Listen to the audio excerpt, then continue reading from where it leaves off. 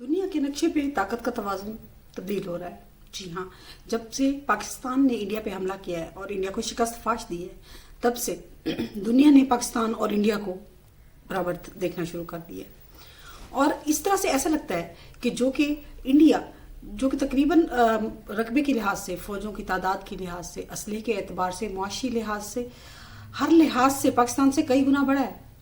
लेकिन फिर भी दुनिया जो है अब उससे थोड़ा पीछे हट रही है, उसके बयाने को मार पड़ रही है, उसका बयाना पिट रहा है, दुनिया उस पर एतबार नहीं कर रही और दूसरी तरफ पाकिस्तान की तरफ देख रही है, पाकिस्तान की इज्जत कर रही है, पाकिस्तान का बयाना गौर से सुन रही है। तो ये सब कैसे हुआ? आइए आपको बताते हैं कि ये सब कैसे हुआ है। अस्सलाम वालेकुम, कैसे हैं आप? उम्मीद है आप खैरियत से होंगे। आज हम इसी टॉपिक पे बात करते हैं।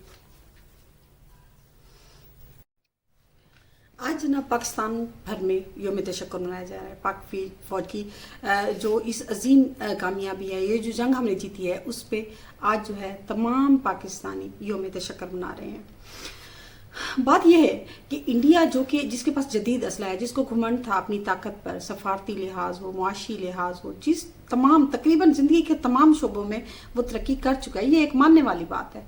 लेकिन वो एक मक्कार और चालाक है। उसकी देखें, उसकी तमाम जो उसकी शहरी हैं, वो दूसरे ममालिक में कैसे लॉबिंग करते हैं। वो उसके पास जदीद तरीन असला है, जदीद तरीन फाइटर जेट हैं, जदीद तरीन असला है। और वो क्या उसके बकौल कि पाकिस्तान के पास तो कुछ भी नहीं है। पाकिस्तान हर लिहाज से देखिए मसाइल में घिरा हुआ है। मुआशियत इसकी अच्छी नहीं, इसके बेपनाह मसाइल हैं, इसकी इकॉनमी ठीक नहीं है, इसके पास सियासी जो है अदम इस्तेहकाम है, इसके पास कुछ भी ऐसा नहीं है जो सब कुछ इंडिया के पास है। और जो इंडिया ने जिस बुनियाद पे पाकिस्तान पे हमला किया था, पहलगाम वाक़या, उसकी वजह से कि पहलगाम में जो है ना पाकिस्तानी दहशतगर्द हैं और उनके ठिकानों को मैंने हम जो है ना तबाह किया है, उन दहशतगर्दों को मारा है। ये भी आने जो दुनिया ने नहीं माना।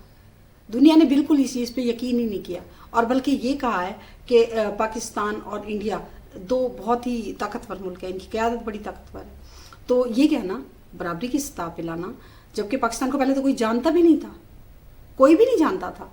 लेकिन अब दुनिया की नज़रें जो है इस मामले पे आ रही हैं, क्योंकि दुनिया देख चुकी है जब पाकिस्तान ने किस कदर बुरे तरीके से इंडिया को मारा है, इंडिया पे बर्तरी अपनी किस तरह से साबित की है, कैसे इंडिया को चंद घंटों में सिर्फ चंद घंटों में लमलेट कर दिया। और अब देखें, दुनिया तारीफ कर दी है, दुनिया की नजरें अब पाकिस्तान पे जमी हुई हैं।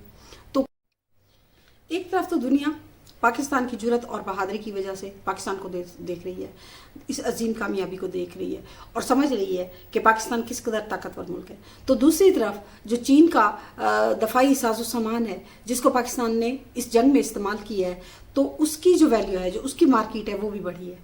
क्योंकि वो बना तो रहा था, तो लोग उसके बारे में यही कह रहे थे, चले तो चांद तक वरना शाम तक। लेकिन इस जंग में उनके असलहे की इस्तेमाल की वजह से भी उनकी जो दिफाई साजो सामान है, उसकी वैल्यू जो है बहुत ज़्यादा बढ़ गई है।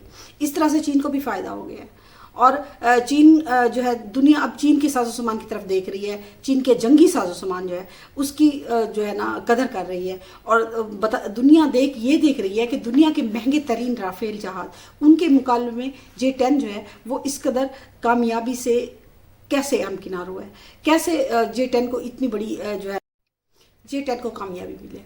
दूसरी तरफ जो 7 सिस्टर रियासतें हैं जी, जो जिन पे जहाँ पे आज़ादी की तहरीकें भी चल रही हैं, तो उन्होंने जी भूटान से, नेपाल से और बांग्लादेश से मुआहदा तय किए हैं, जो कि पानी और तिजारत की वजह से हैं।